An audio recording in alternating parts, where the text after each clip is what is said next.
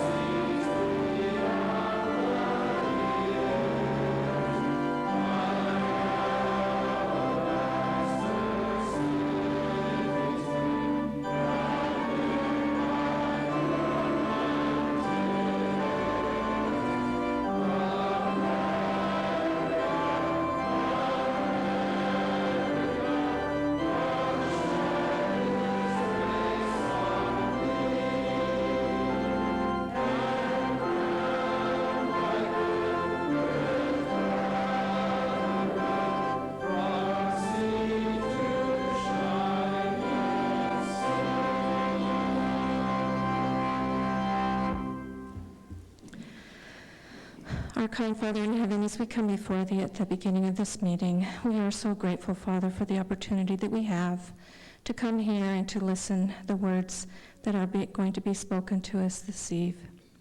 We ask Thee to be with Brother Chesley, that his comments will be those that will touch our hearts and be pleasing unto Thee, that we may take them into our lives.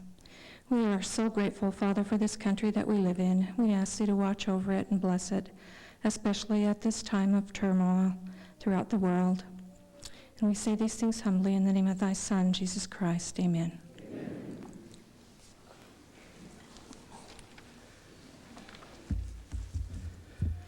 brothers and sisters, it's really a privilege for me to be able to introduce our guest speaker and to be on the stand with a hero that I respect so much. When I first started to come into the Air Force, I read what then Major Fisher did, and I was so impressed, and I hoped someday I would be able to meet him, and then when we moved to Idaho, here he was. Our chance, or my chance of meeting our guest speaker tonight occurred in Maxwell Air Force Base in 1976, I think it was, about 26 years ago. We both were attending a school, academic instructor school, and we weren't in the same class, but we were at school at the same time. He made the announcement was made that during lunch hour he would speak on how to survive as a POW. And so I grabbed a sandwich at lunchtime and ran to the area that he was going to give his talk. And I remember the first words that came out of his mouth were, in order to survive, you had to have faith in God and your country. And I thank the Lord that I wasn't given that challenge, because I didn't know if I had that much faith. He had a book, and I thought the least I could do was purchase his book. And the next day he brought it, and he signed it for me and charged me $3 and something, and I thought, he's not making any money off his book. I didn't get to read the book until after I got home, and then after I started reading it, I was so impressed with his testimony of the power of prayer. It had become a required reading for all my children. And as a result of that book, I obtained an interest in finding out what this church was that he mentioned, the LDS Church. I had no idea what the LDS Church was. I went to the front of the book, seeing it was printed in Salt Lake, so I figured, well, maybe they're the Mormons or have something to do with the Mormons. And a few months went by, and I saw a couple of young men in white shirts and tie, and they were standing looking at me, and I was looking at them. This was back in 76, when there was a lot of hippies, and you didn't see young men in white ties or white shirts and ties. They came across, and they asked me if I knew that Christ visited America, and I said no. But I said, are you guys from the Mormon church? And they said, yes. And I said, well, I'd like to hear about your church. We lived in that house for 4 years prior to the missionaries coming, about a quarter of a mile from the church. I'd never seen the missionaries before. But his book prepared me to receive those missionaries. I'll be eternally grateful for what he's done for me and my family, my wife. I don't know where I'd be today had I not accepted the missionary discussions, and I know his book prepared me for it. I'm proud to introduce to you an honor graduate from Weber State in political science, a Top Gun in his F-4C fighter bomber class, a veteran, a Vietnam POW, a former Arizona State Senator from 93 to 97, and a legislative research analyst for the Arizona House of Representatives. He and his wife, Judy, have 9 living children and 18 grandchildren. I give to you Brother Larry Chesley, also called Lucky. Brother Chesley.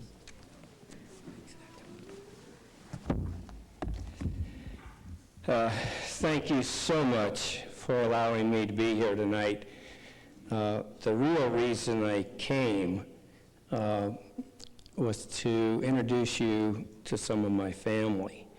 Hunter, would you stand up? That's my family. That's Hunter. His father is Travis, and his mother is Marie. Travis is my youngest son. He doesn't like me to call him my baby anymore. I truly am honored to be here tonight. A few months ago when I was in Boise, Sister Belle and I happened to bump into each other, and she asked me if I would come and speak at the Vietnam Wall that would be in Malad, and I told her I would. I'd be happy to do that. I said, if you want to ask your stake president if he'd like me to give a fireside, I'd be happy to do that, and so she did. And so I got a call from your stake presidency and asking me to come here tonight, and I am grateful to be here. I hate to use the word embarrassed, but I don't know another word. I'm embarrassed to be in the presence of somebody who is really great, and that's Bernie Fisher. There just aren't words that I can express to tell you how much I love him and how much he has meant to me in my life. I didn't know Bernie. I read about him getting saving Jump, and even though it didn't say it in the paper, I knew he was a Mormon because Jump said if it had been anybody else, I'd know how to repay him, just buy him a case of whiskey. And he said, I bought Bernie a six-pack of root beer. So I knew what Bernie was. But since my return, Bernie and I have become friends. Interestingly enough, he has been to my house several times. I've never been up here before. I grew up in Burley, and I left home when I was 17, and I've been smart enough to never come back. I hate the cold. I hate the wind. Actually, because of my POW experience, when I get cold, I break out in hives, and it is very, very painful. So I live in Arizona. As we sang this song tonight, one of the verses that always just really, really touches me is the third verse when it says, "Oh, beautiful for heroes proved in liberating strife, who more than self their country loved, and mercy more than life." Lots of Bernie and my friends and your friends and sons have died for this country. And I know that our Father in heaven looks down upon them and upon their families for the great service that they have provided to this great country. A few years, I get to speak quite often. A few years ago, right after the movie Top Gun came out, I was over in San Diego where the movie was made. And I was standing in a hallway waiting to come in to speak, and a young woman, probably 24 or 5 years old, walked up to the person in charge and said, "Is this where the POW is going to speak tonight?" And she said, "Yes, that's him right over there. I'm sure he wouldn't care if you went over and introduced yourself." She walks right up to me, looks me right in the eye, and says, "You don't look like any Top Gun to me." And I said, "Well, ma'am, actually I was a Top Gun, but that was 25 years ago." And she said, 25 years ago, you wouldn't have looked like Tom Cruise.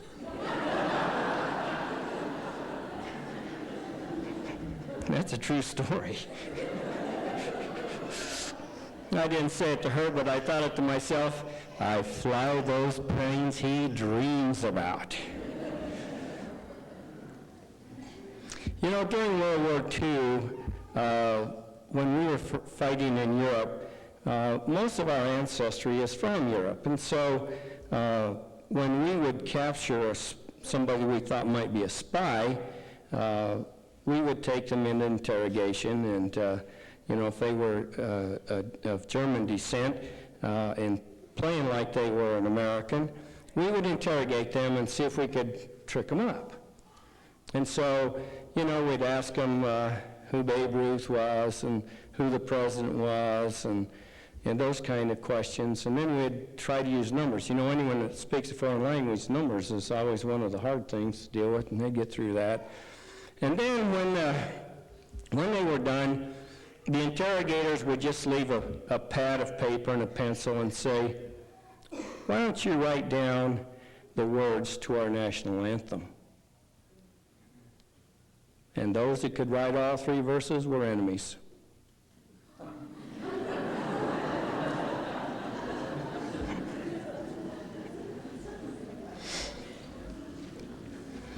When I go to speak, I try to do 4 things.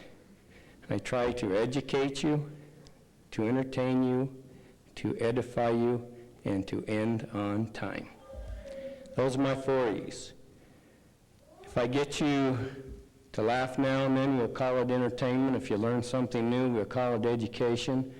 But if you don't leave tonight feeling differently than when you came, I have failed, because I have come to edify you. I volunteered to go to Vietnam in 1965. Just before Thanksgiving, they asked for volunteers, and I volunteered. I was stationed in Florida at the time. I moved my wife and 2 children, 4 and 2 years old, to Ogden, Utah, and I left for the war on December the 7th, 1965. My wife said, "Well, why can't you wait until after Christmas? And that way, we could have Christmas together." And I said, "Honey, I'll go now. Those guys that have been there for a year will get to come home and have Christmas with their families. And next year, I'll get to come home and have Christmas with my family." I missed 8 Christmases. I was at George Air Force Base waiting to go to Vietnam. There were 5 of us from Florida. All the rest of them were from California, and I didn't know anybody except the 4 that were from Florida. Each night after our evening meal, we would go into the club, and the guys would play cards and drink and roll dice and sing songs and stuff, and I didn't know anybody, so I just really stayed off by myself. And this one night, as I was standing there looking over, I was raised a little bit, almost kind of like this, and I was looking over the crowd, and my eyes stopped on a young man, and the Spirit said, "He's not coming home." And I thought, what a terrible thing to think. So I dismissed it, and I looked around the audience some more, and my eyes stopped on another young man, and the Spirit said, "He's not coming home."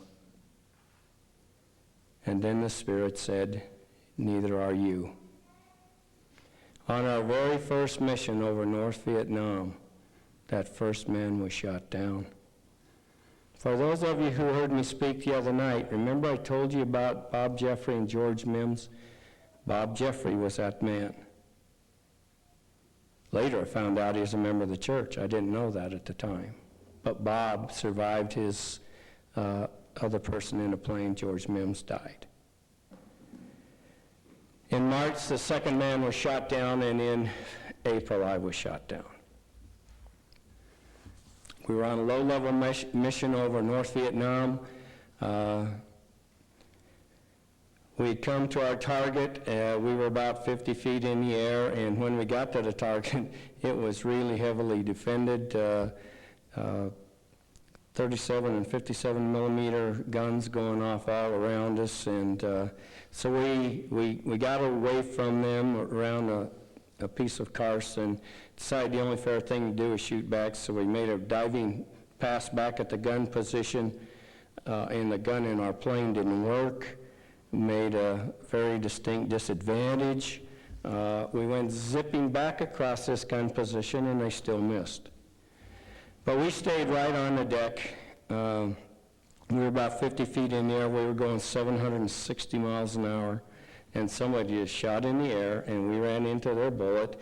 Our plane caught on fire. We lost all control of it. It started bucking like a wild horse. I ejected from the aircraft. It knocked me unconscious, and I broke my back in 3 places. I came to in my parachute, floated to the ground very quickly. The Vietnamese I could see coming in to capture me, and they did almost immediately. They stripped me of all of my clothing down to my garments and my socks.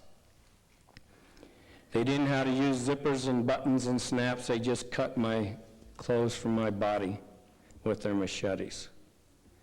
Here I am, surrounded by the enemy, in my underwear, with a broken back, and absolutely scared to death. And something inside of me said, "Larry, pray." Now, prayer wasn't new to me. I knew how to pray. I'd prayed every night and every morning for years before I got into this predicament, but I didn't know what to pray for. So I kind of just missed it. But it came really strong. "Larry, pray."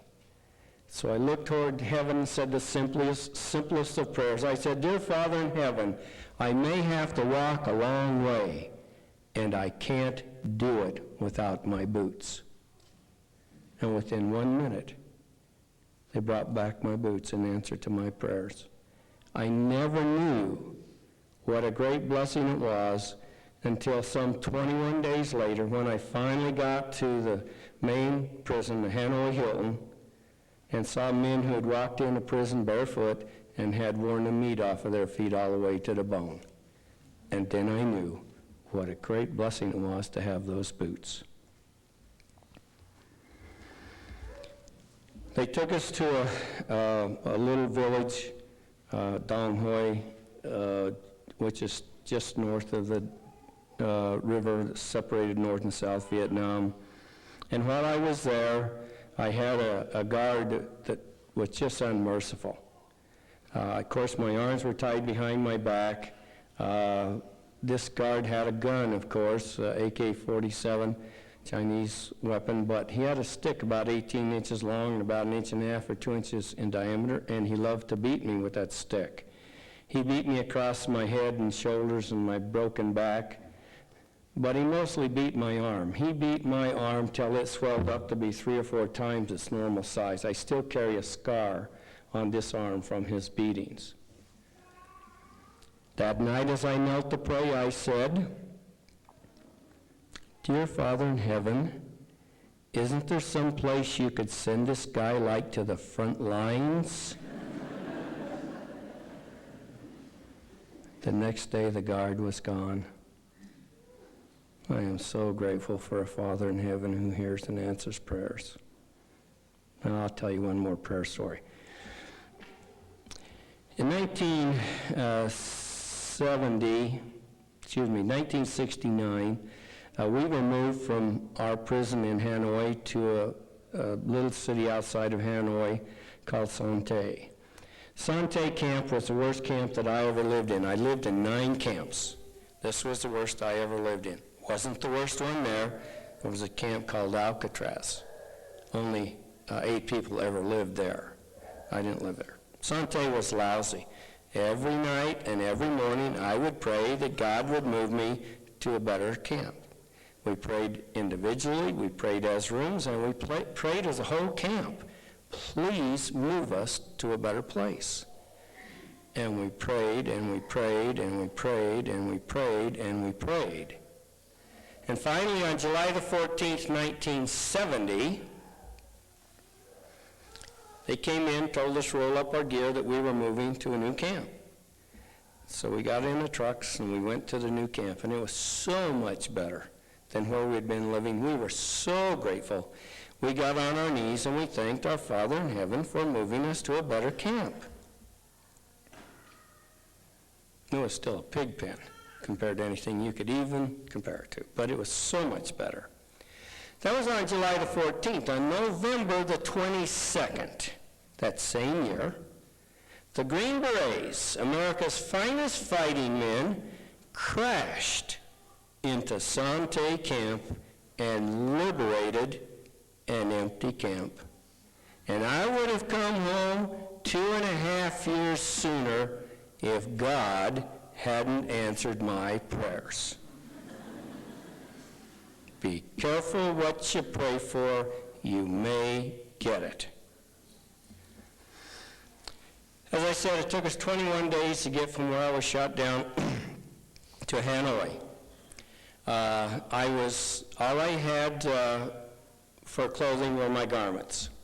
By the time 21 days had gone by, do you know how much oil comes out of your body in 21 days? I mean, this was like an oil slick. And then, of course, I slept in the dirt and in the back of these filthy trucks. My garments were so filthy. It was absolutely incredible. The guard came in and told me that I could take a shower. Now, it's the first time I've had soap and water since I've been there. My body is covered with boils. I'd been through one initial torture session. So I go into the shower. Actually, what it was a piece of pipe that came up that, dumped water on you. It wasn't really a shower. Water was cold. And I was feeling pretty miserable. The boils and the torture and everything. But I really wanted to take a shower. So I let the water run on me, put the soap on, let it run out. And then I looked, and written on the wall, right there, eye level, where the shower head was, or the pipe was, it said, "Smile, you're on candid camera." It's amazing what a little levity can do to change your whole outlook on life. In the cell block that I was in, there were 5 rooms, and I was in the 5th room. There was another American in the 1st room, and there were nobody in between. The man in the 1st room's name was Robbie Reisner. He was a senior officer, and he taught me lots of things, but one of the main things he taught me was the tap code. We had a tap code where we could tap on the wall, and people on the other side could read our code, and we could send messages. Some of our walls were 3 feet thick, but if you put your ear up against it and you tapped on it, you could hear it. One night, I'd been there for about 5 days, and one night I had a boil about as big as a golf ball under my left arm, and I couldn't lower my arm. It was just so sore. So I called Robbie up, and I said, "Robbie, do you pray?" He says, "Yes, I do." He said, "What church are you?" I said, "I'm a Mormon." He said, "Are they Christians?" I said, "Yes, sir, they are." I told him later on a little bit more about us, made him promise that he'd see the missionaries when he got out, which he did, which he didn't join church. Okay, back to my story. He said, "Larry, your boil will break tonight, and you will be fine." I said, "Thank you, please pray for me." About 15 or 20 minutes after that, they came and took me out of my cell and moved me to a different camp away from Robbie. And that night, my boil did break. I won't get into it. The smell was really bad. I had a little teeny piece of cloth about this big, and I'd dab it and try to keep it as clean as I could. And I just was petrified that it would get infected. Never. Just healed up perfectly. Robbie was a great man. I was a prisoner for 2,495 days. That's not quite 7 years. Let me tell you about the smallest room I ever lived. The smallest room I ever lived in was 3 feet wide and 6 feet long. About the size of the sacrament table, the whole room. A room in the S'more Commons, on the cover of the book I've written, it has a POW leaning against one wall and he's touching the other wall. That's about 3.5 feet wide. It was almost 9 feet long, but 2 of us lived in a room like that. As one of the POWs put it when we got back, no marriage could have survived those conditions. It was too close. Out of the millions and millions of man hours that we spent in those crummy little rooms, such adverse conditions, Only on 2 occasions did one American hit another American in anger. Only on 2 occasions. I used to referee church basketball. I thought you would get the message. It was hot in the summer and cold in winters. People think of Vietnam as the tropics because you see all these movies, there's always buff guys with nothing on above their waist, and they're sweating. In northern Vietnam, it gets freezing. It gets freezing. That's pretty cold when you don't have much to eat and you don't have much to wear. Many a night, about 2 or 3 o'clock in the morning, my body would say there's nothing left to burn, and it would turn off the furnace.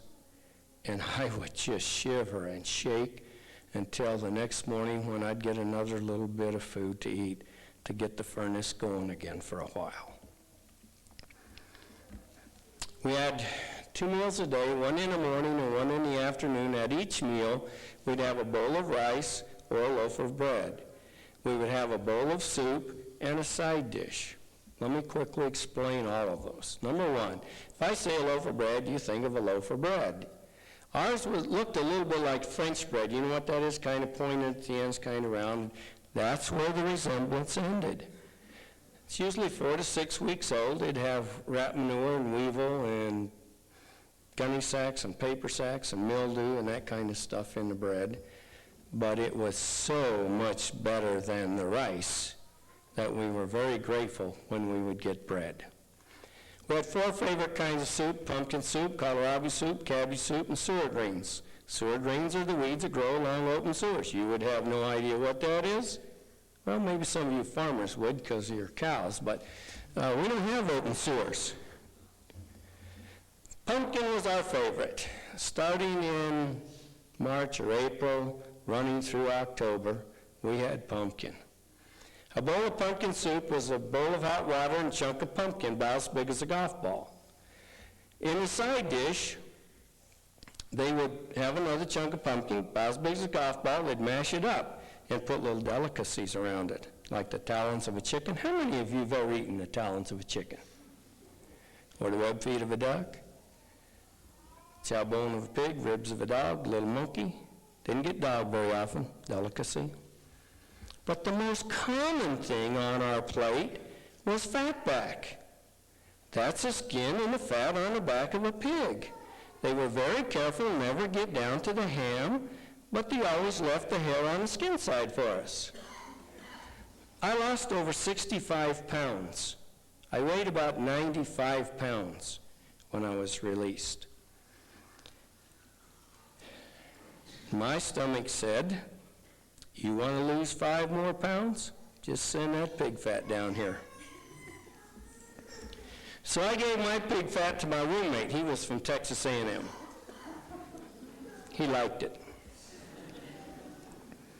Interestingly enough, we found out the only people who had berry were the people that were at the Briar Patch, which was a camp that I was at. And those that were at the Briar Patch who ate the pig fat didn't get berry. We didn't know that till we got home, but they put that together. So when hard times comes, eat the pig fat. And they're coming. Eat the pig fat. About the time that I got over the pain of my broken back, about 8 months had gone by. And now I have beriberi. Beriberi is a vitamin B deficiency, and I got it because I didn't eat the pig fat. The fever was so bad in my feet that it burned the hair off of my legs halfway up to my knees. My roommate and I would take pulse counts, and his would be 50 and mine would be 90 to 100. My heart would be doing just twice as much work to keep me alive as his was. I couldn't eat and I couldn't sleep. The only time that I slept is when I would just physically pass out from exhaustion. And I'd sleep for 20 or 30 minutes, and then pain would wake me up, and I would go for another 2 or 3 days, and then I would pass out. I was literally dying by degree. I only cried twice in prison, other than when I was being tortured. Once is when my mother wrote and told me my wife had divorced me and had remarried. And the other time was one day during this really, really bleak winter of 1967 when I had beriberi. I just could not hold back the tears. My roommate's name was Jim Ray. Jim got up and got in the window. The bottom of our windows were about 10 feet high.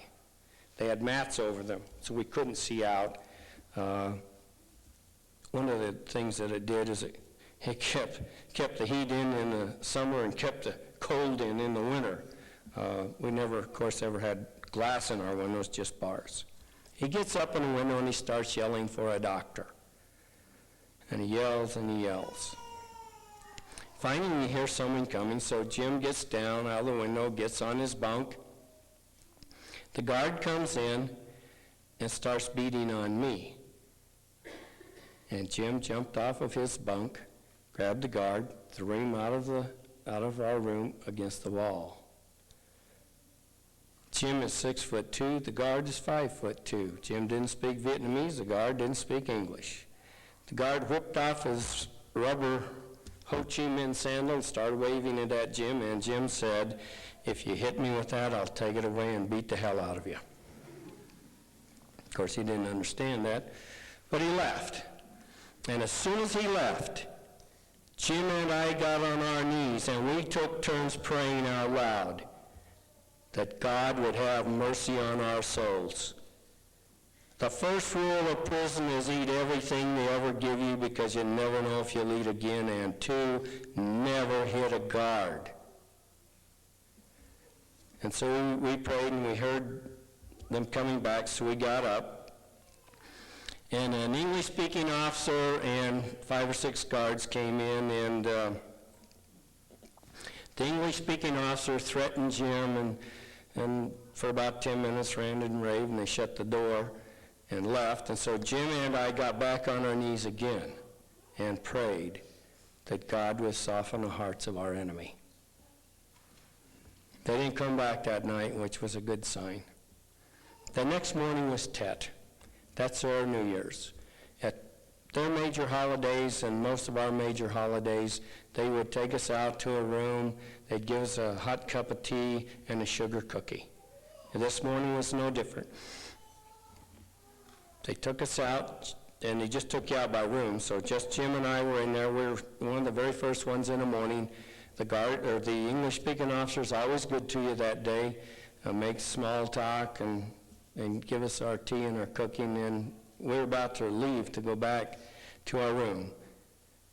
And the officer said to Jim, "You can't hit our guards and go unpunished. Go stand in the corner for 1 minute." And that was his punishment. And people say, well, it would have happened anyway. But Jim Ray, a Baptist, and Larry Chesley, a Mormon, believe in a God that can change the hearts of our enemies. And he did. We had another roommate named Leroy Stutz. Leroy was about 250 pounds, played tackle at college in football. He drew back one day to hit an interrogator, and when he woke up, he was bleeding from his eyes, his nose, his mouth, and both ears, and he had 3 cracks in his skull. Over the next 5 years, he had grand mal seizures on a regular basis. First rule is eat everything you ever get. Second rule is never hit a guard. You cannot win. The real message there is that Jim knew what the consequences of his acts could be, and he loved me more than he loved himself. And he was willing to take whatever the consequences were because he loved me more than he loved his own safety.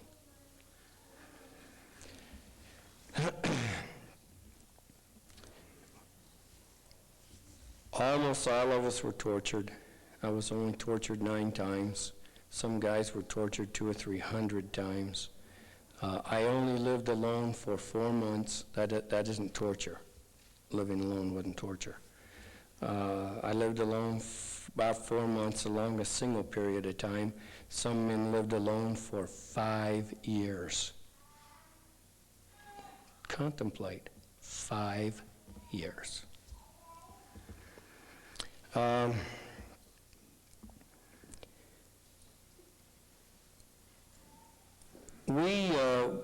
Toward the end, we were moved into a big room, 48 of us in a room. It's about the size of the center section of this chapel right here.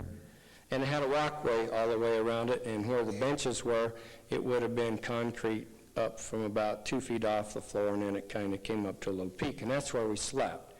Gave us about 17 inches apiece of sleep. Of course, that was way more than I needed. I was only 8 inches wide, so it was easy.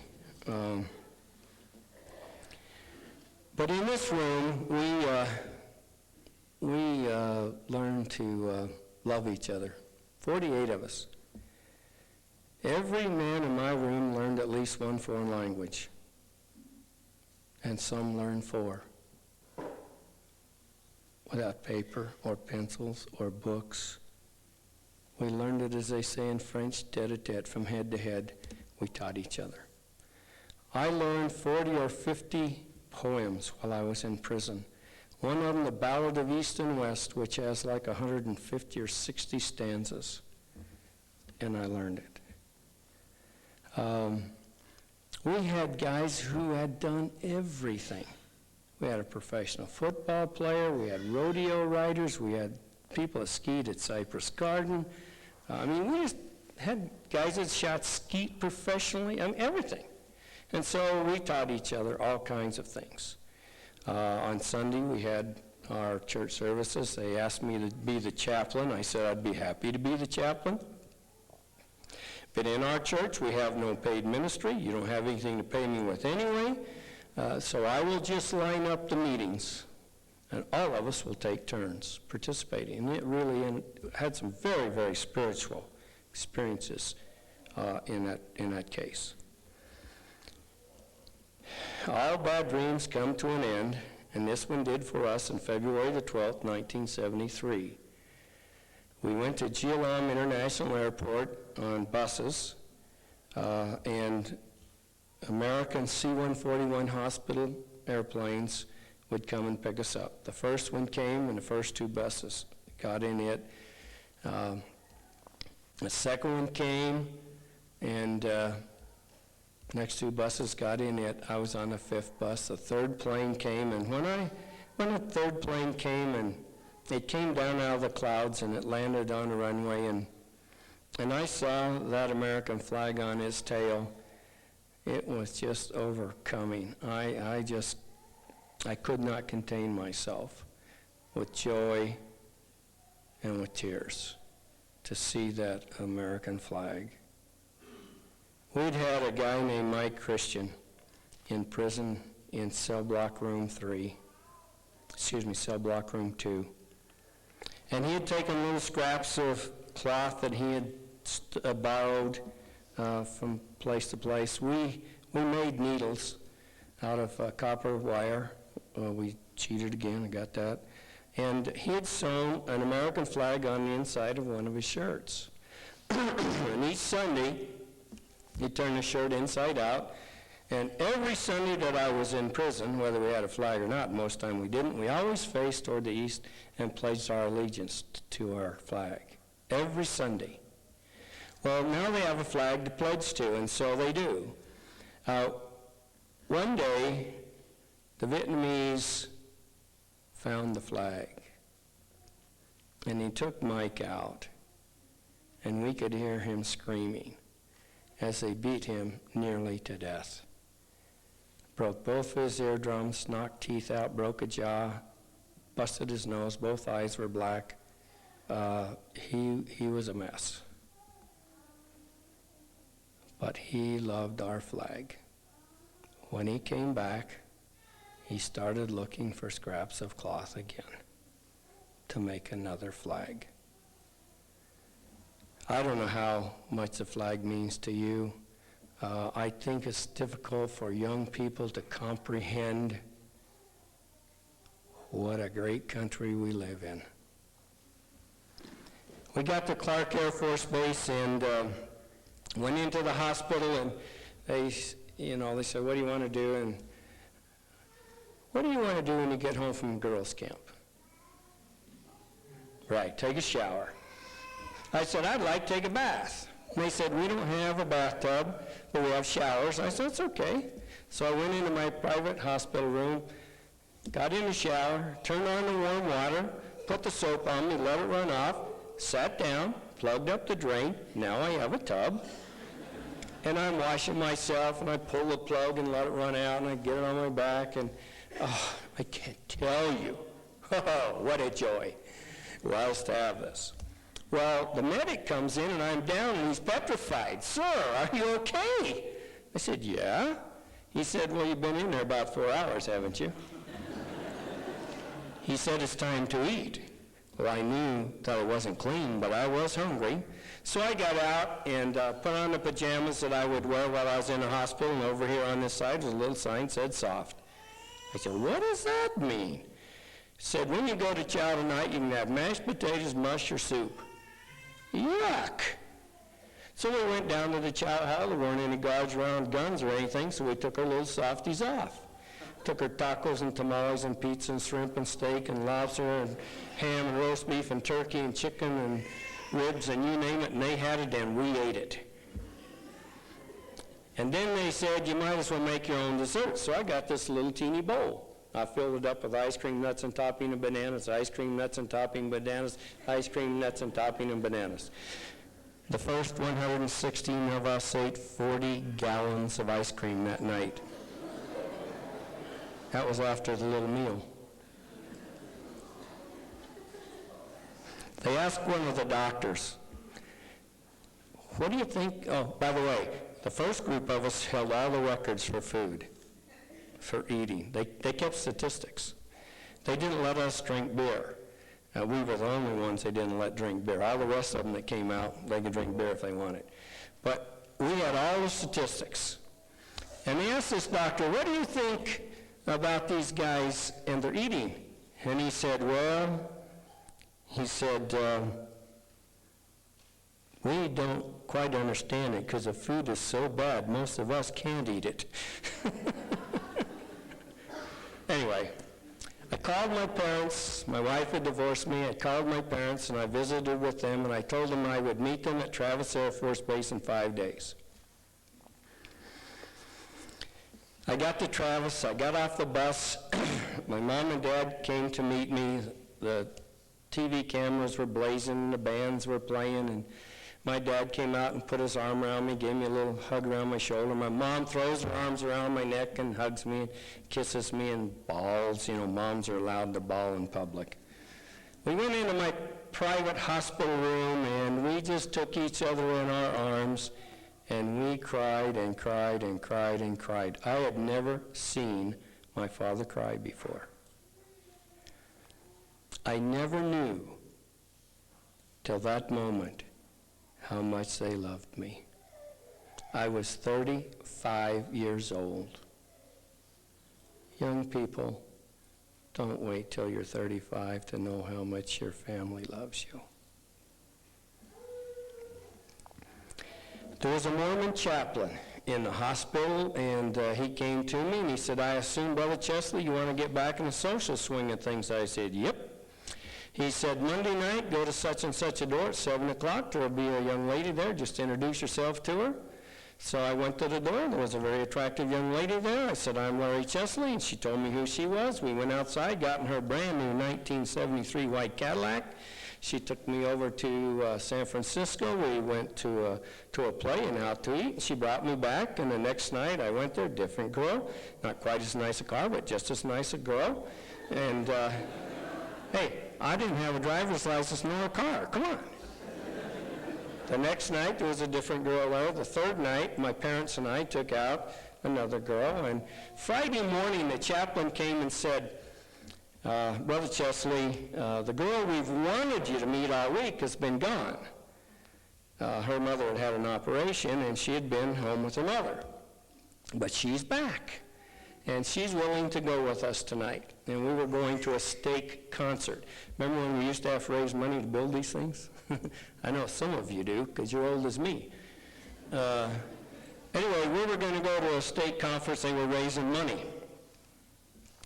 So we go, the chaplain comes and picks us up, and we go to her home, and he takes me in and introduces me, and we get in the car, and my mother's, we were pretty well chaperoned, actually.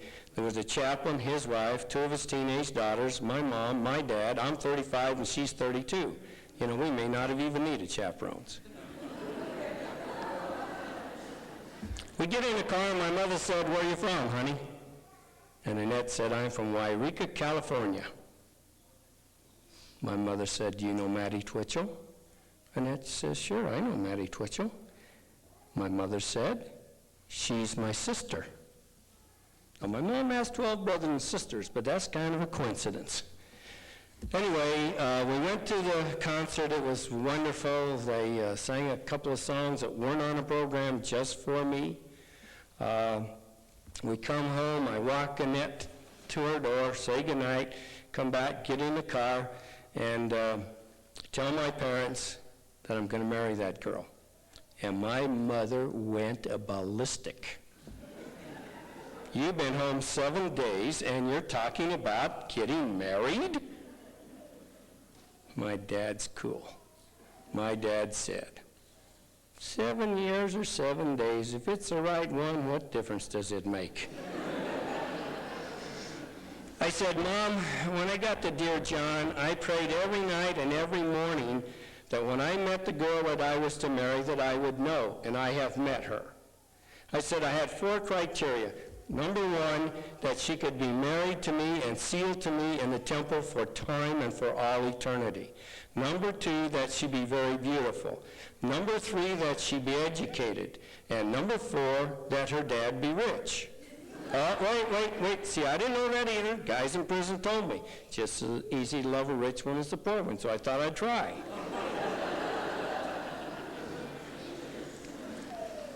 Annette had never been married. She had served a mission. In fact, some of our funnest dates were to the temple. I could tell you stories about that. I don't have time. She was very beautiful. She had 5 years of college, and even though 2 of those were at BYU, I counted them. And her dad worked in a bank, and I said, "That's close enough." So we started dating. We had some fun dates. Went to Washington, D.C. for a week and met the president and Kissinger and Mrs.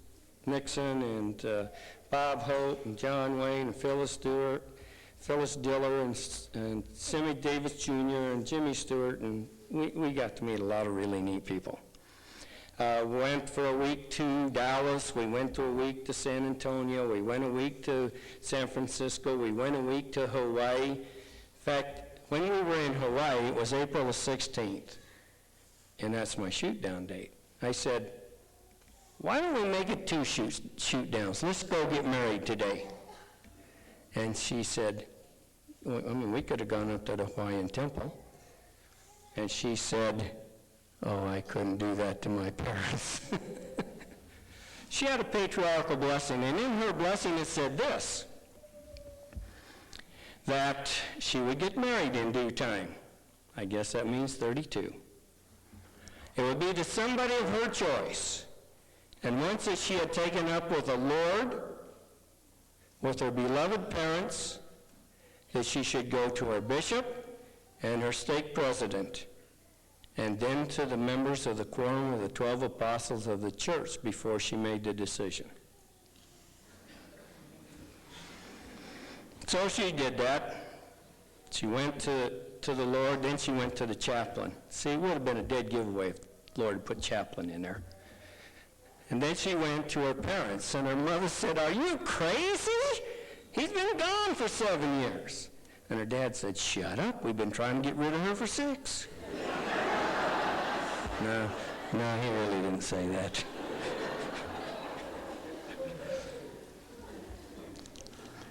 So we went and saw President Kimball. He was not the prophet at the time. He was president of the Quorum of the 12, and that's a whole nother story. I also had a personal temple interview with President Harold B. Lee. That's another story. It's interesting. Anyway, Annette and I finally got married in June. She didn't want to get married till school's out, because she taught school, and she didn't want her kids to have to change their name. Call her Mrs. Chesley instead of Miss Huntsman. Okay, I could live with that. So we got married in the Salt Lake Temple. Paul Dunn did the ceremony, and it was incredible, absolutely incredible. Went on a honeymoon to Jamaica for a week at the expense of the Holiday Inn. Came back to Miami, Florida, and picked up a Ford car that we drove for a year at their expense. Went down to Key West and spent a week down there, and then back up to Orlando and Disney World for a week, and spent a week there. All this is on someone else's tab. Then we ended up going back to Tempe, Arizona. I was going to start school. So we got married on the 19th of June, and the honeymoon ended on the 14th of August. That was because I had to start school on Monday.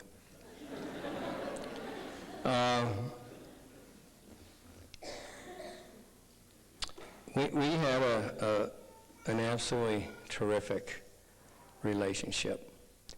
We wanted children, and we didn't get any, and we just kept praying about it, and one day it was revealed to us that we had a family here that we needed to find to adopt. We'd gone 4 years, we hadn't had any children, and so we were number one on the list for adoption from Church Social Services. And she became pregnant again, and they said, we won't give you a baby, but we won't take you off the list. You'll still be number one if something should happen. Well, luckily enough, the baby was born. She was a beautiful little girl. That was in the 30th of June. In January, I went to San Antonio, Texas for some training. And while I was there, we talked to social services from Dallas, and the guy said, I have the 3 children you've been praying about.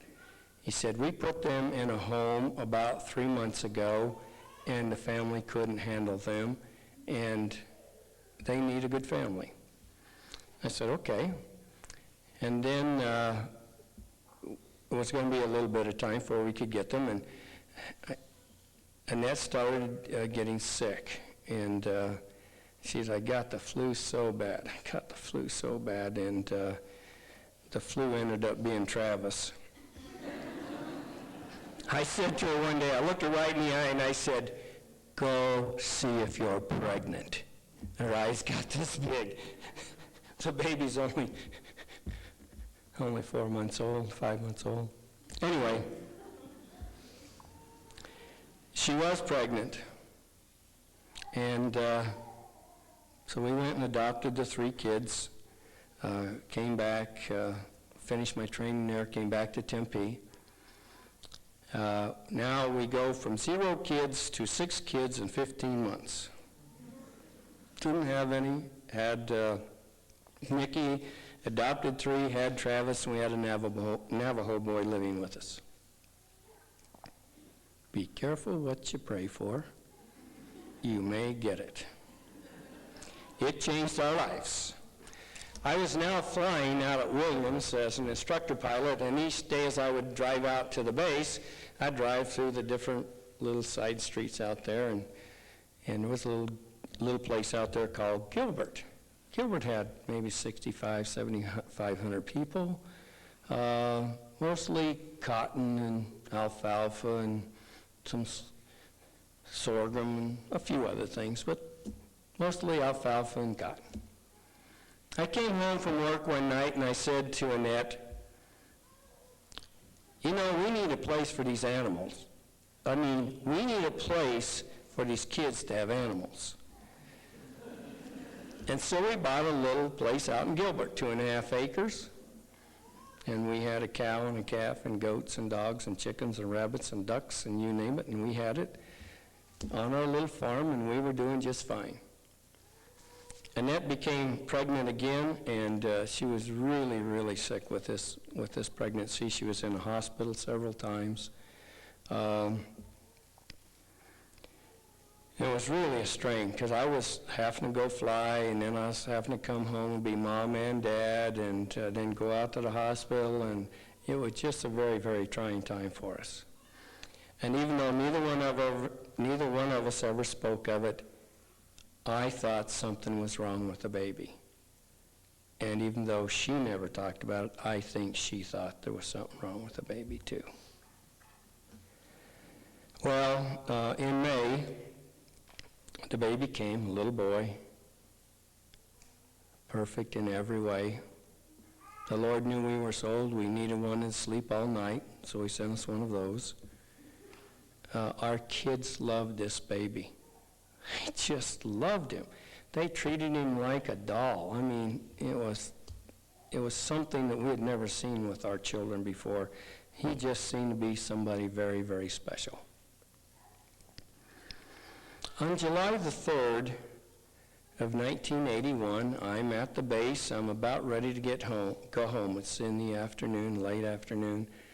And every Friday, the base would put out a newspaper. This is Friday the 3rd, and I'm reading through the paper, and I turn it over to the back page. I've finished. And the back page said, "This is a holiday weekend. Don't drink and drive. Don't drive and get tired. Don't drive, don't drive, don't drive." And the Spirit said, "You will be a statistic of this weekend." So I drove home, and I parked my car, and the next day's the 4th of July. Kids begged me to take them out to the base for the fireworks, and I wouldn't do it. Wouldn't move my car. The next morning we get up to go to church. It's Fast Sunday. We're going to give Marty a name and a blessing. My parents are there. As we're getting ready to go to church, Annette said, "Lucky, if we got any more blessed, I don't know how we could handle it." Well, my parents take most of the kids to church, and Annette and I and the baby and our 18-year-old son come a few minutes later. About an eighth of a mile from our stake center, the railroads cross the highway, and a train crashed into my car and killed my wife and that little baby. And I can tell you that 7 years in prison was a piece of cake compared to looking down at the crushed skull of my beautiful wife and little baby. My son was thrown out of the back of the car. Annette went about 150 feet down the tracks, and she dropped the baby en route. My son was thrown out of the tracks, I don't know, 35, 40 feet down the tracks, and he was, the cinders had nicked him a little bit, but he wasn't hurt. He came back. I was trying to kick my way out of the car because the door was so sprung, and I finally did. I said, "Are you all right, son?" And he said, "Yeah, I think so." I said, "Get somebody to take you to church and tell Grandpa." So he went down and told my dad, and so my dad came back, and then he took Don and I to the hospital and found out that we were actually neither one hurt. Not seriously, anyway. I can't tell you how devastating it was. There just aren't words. Everyone thinks they have a great marriage. Hopefully you do, but Annette and I did. We'd had a lot of fun. We'd done a lot of things, and we were just in the middle of doing great things. We had the funeral, and after the funeral, some friends of mine were at my house one night. His name was Farrell Smith, and he said, I walked him to the car, Sandy had a sister who was Annette's age. It was Annette's roommate in college, and I knew her and from Sandy Smith and from Annette. And I said to Farrell and Sandy, I said, you know, I know, and God knows, I can't raise these kids by myself. And Sandy said, well, what about, and she said her sister's name. I said, I don't know. And Farrell Smith said, Lucky, there are lots of good girls in this world like Judy Chesley. And God could have come down, stood right in front of me, wouldn't have been any more plain. I would marry Judy Chesley. Judy and John Chesley lived in the same ward that we did in Tempe 8th Ward. Chesley's not that common of a name. We weren't related, but we became good friends. John died about a year before Annette. Annette was Judy's visiting teacher. Judy was out of town when the accident happened, and when she got back, she wrote me a note, and she said, Dear Lucky, if there's ever anything I can do for you, please let me know. I still have that note. And sometimes I put it on her pillow. I called her up one afternoon and said, Judy, I need to come talk to you. Oh, Lucky, I've been working hard all day. I've taken the wallpaper off the wall, and I'm tired. And I said, I'll be there in 30 minutes. When she hung up, she said to her son, Philip, who was 10, Lucky's going to come and ask me to marry him. Philip said, what are you going to say, Mom? She said, I'm going to say no.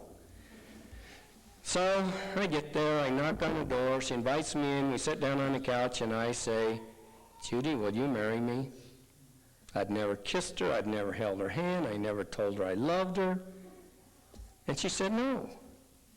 I said, I'm not leaving until you say yes. So about 3 o'clock in the morning, she said yes. Do you know why? She didn't want her neighbor to get up with my car in her driveway. So Judy and I got married. Now we have 9 kids, actually 10 kids, sitting around a table with Judy and I. And it was tough. Do you know why it was tough? Because I was heartbroken. I was still in love with someone who was dead. And Judy just hung in there. I don't know of another single human being on earth that could have done what she did for me. I couldn't have done it for her. I'm not a big enough man. But she hung in there with me. She was my salvation. It took about 3 years for me to come to grips. And the reason was, I kept praying, Father in heaven, tell me why. Tell me why. And one day when I was praying, he said, you asked the wrong question. So now when I started praying, Father in heaven, let me accept what has happened and move on. Made all the difference in the world. I finally realized that if God came down, stood right in front of me and said, Lucky, this is why I did it, I still wouldn't understand. Sometimes when tragedy strikes, we ask the wrong question. Sometimes when God shuts a door and he opens a window, we miss the window because we're feeling too sorry for ourselves. Luckily for me, I had great friends. Let me tell you what Farrell Smith told me a couple of months after we were married. I remember Farrell Smith is the one that said, lots of good girls in this world like Judy Chesley. He said, Lucky, the night that Annette was killed and we came to your house, I knew you would marry Judy Chesley. I just didn't know how to tell you. Another fellow from 8th Ward that came out that night said to his wife, they told us this later, that Lucky will get remarried and she won't even have to change her last name. And Judy's husband's sister called Judy up and said, "Has Lucky asked you to marry him yet?" So the Lord had told more than just me that that's who it would be. I had a blessing after the death by my father, and also by a patriarch, not a patriarchal blessing, but a blessing, a comfort blessing. And both of them said that Annette would get to choose the person to raise her children. And I believe that she knew the only person that could do it was Judy. I know that God lives. I know that he's my Father. I know that he knows me by my first name and that he loves me. And I know that if I live righteously, that Annette and I will be together forever with our children.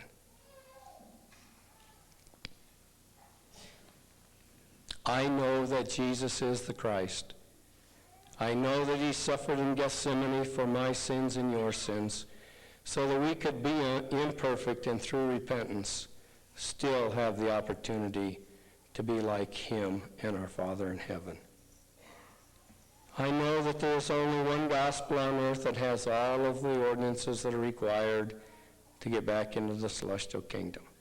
I know that Joseph Smith was a prophet and that he brought back the Book of Mormon, the key to our church. And I know that President Hinckley is a prophet today.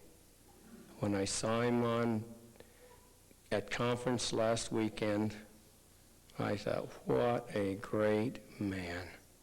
Can you imagine if all of us were as great as him, what would happen to this world?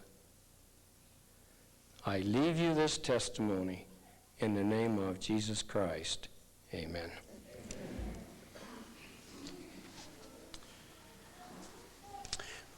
We would certainly like to thank Brother Chesley for being here with us tonight.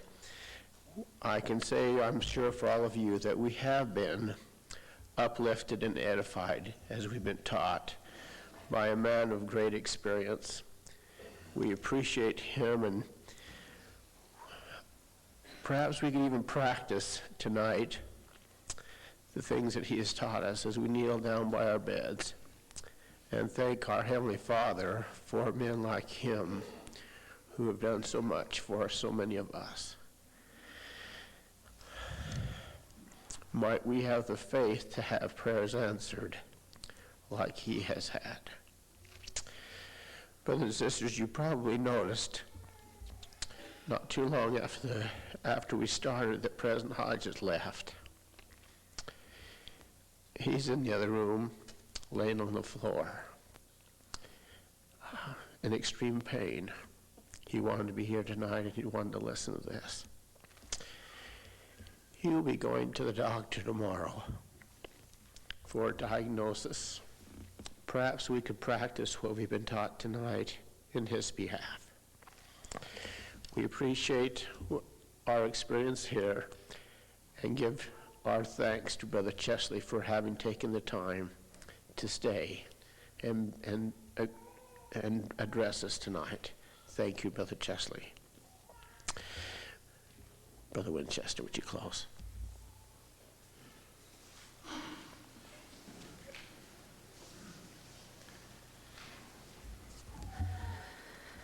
Our Father in heaven, we're grateful unto Thee for the many blessings we enjoy. We're grateful that Thou hast brought this genuine hero here to edify us and entertain us tonight, which we certainly have been. We're thankful for Brother Fisher's presence here and for the great service these men have given to this country, that Thou hast brought them back to us, that we might learn from them to appreciate the blessings that Thou hast bestowed upon us from the sacrifice of Thy Son, who also was willing to lay down his life that we might have eternal life, and for the establishment of the Constitution on this land, for the freedoms we enjoy here. Pray that we might be mindful of Thy love for us, the blessings that we have, that abundance, that we might not be apathetic in our appreciation for the rich blessings that are ours, the heritage we have, and the freedoms that we enjoy. Pray that thou will be with those who have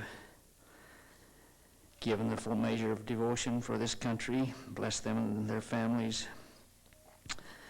Help us to appreciate and reflect upon what we've heard here tonight. We ask this blessing in the name of thy beloved Son, Jesus Christ. Amen.